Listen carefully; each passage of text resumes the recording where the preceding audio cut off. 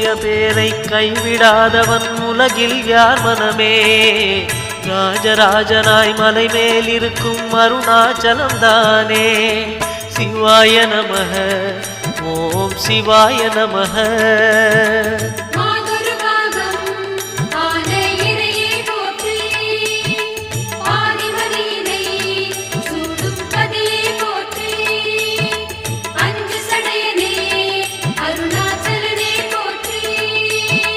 சிவாய நமஹ ஓம் சிவாய நமஹ.